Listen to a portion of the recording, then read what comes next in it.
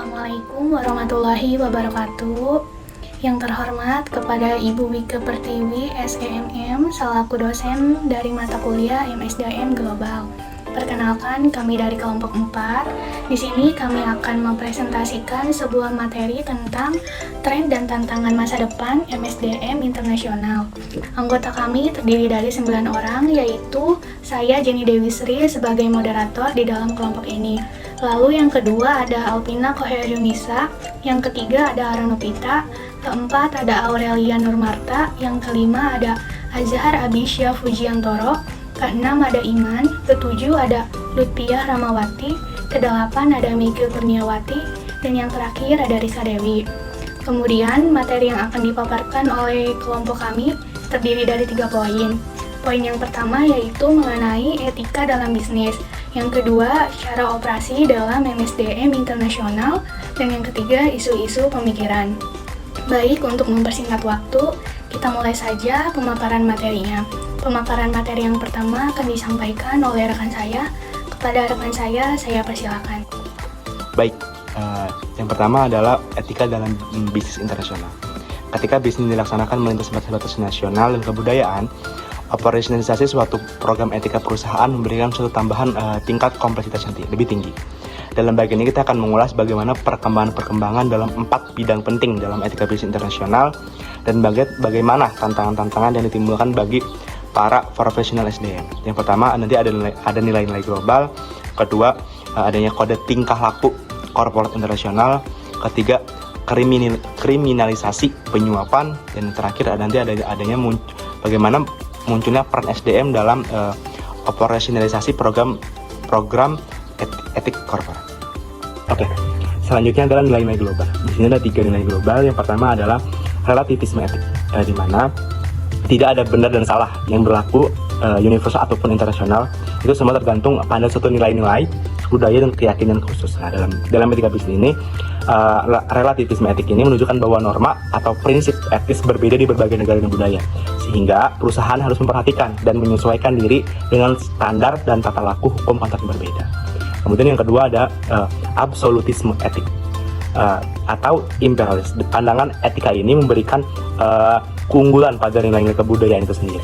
Nah, dalam bisnis, pemahaman tentang absolutisme etik ini dapat mempengaruhi pandangan perusahaan terhadap prinsip-prinsip moral yang dianggap mutlak dan tidak dapat dikompromikan dalam pengambil keputusan. Kemudian yang terakhir adalah universalisme etik, di mana terdapat prinsip-prinsip fundamental tentang benar dan salah yang lebih penting dari batasan-batasan kebudayaan, dan perusahaan multinasional harus patuh pada prinsip-prinsip fundamental atau nilai global ini sendiri. Nah, dalam konteks ini menekan adanya prinsip moral yang berlaku secara umum dan menyeluruh tanpa dipengaruhi oleh perbedaan budaya atau latar belakang individu. Lalu inisiatif regulasi sendiri kode tingkah laku korporat internasional.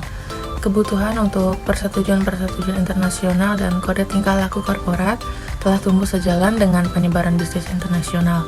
Chow Roundtable Principle for Business Conduct yang dikembangkan oleh para pemimpin bisnis Jepang, Eropa, dan Amerika Utara di Switzerland ini merupakan kode etik bisnis internasional yang pertama dan bertujuan untuk menetapkan suatu acuan global, di mana perusahaan-perusahaan individu dapat menulis kode etik mereka sendiri, mengukur perilaku para eksekutif mereka.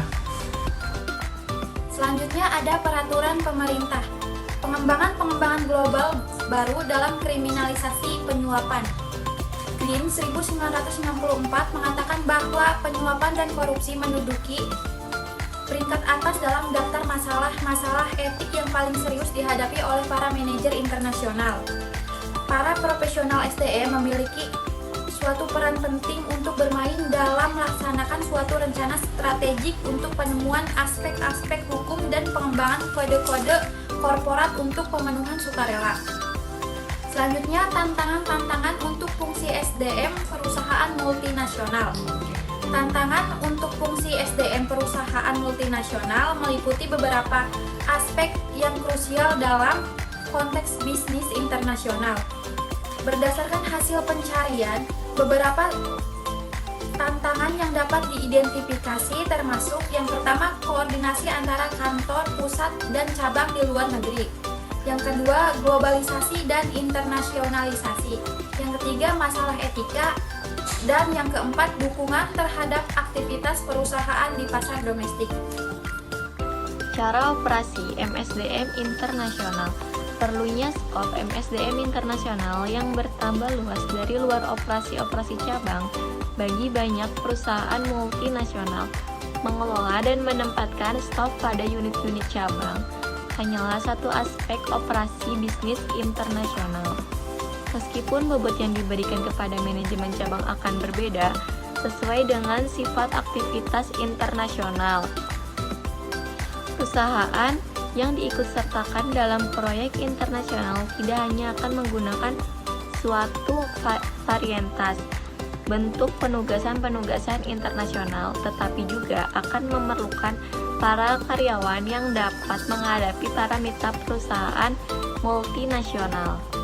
Isu-isu kepemilikan. Perusahaan-perusahaan internasional memiliki berbagai perbedaan dalam ukuran, struktur kepemilikan, tingkat pengalaman internasional, dan penyebaran geografis. Aktivitas perusahaan multinasional yang besar dan dimiliki oleh publik mendominasi literatur manajemen bisnis internasional dan MSDM internasional, tercermin dalam konsentrasi isu-isu cabang. Meskipun terdapat kekurangan studi empiris untuk menggambarkannya, namun dapat diuraikan beberapa ciri perusahaan kecil dan menengah serta perusahaan keluarga yang membedakan dari perusahaan multinasional yang lebih besar, dan membuat beberapa referensi untuk kepentingan yang muncul dalam artian bisnis internasional, organisasi-organisasi non-pemerintah. Perusahaan-perusahaan kecil dan menengah. Perusahaan kecil dan menengah memiliki peran penting dalam perekonomian suatu negara dan dapat menjadi sumber inovasi dan pertumbuhan ekonomi. Namun, mereka menghadapi tantangan dalam mengakses sumber daya finansial, teknologi, dan manajemen yang dibutuhkan untuk bersaing dalam pasar global. Perusahaan kecil dan menengah juga seringkali tergantung pada pasar domestik dan kurang berpengalaman dalam bisnis internasional, sehingga memerlukan dukungan dan bimbingan dalam mengembangkan strategi bisnis internasional. Lalu selanjutnya, ada perusahaan-perusahaan milik keluarga.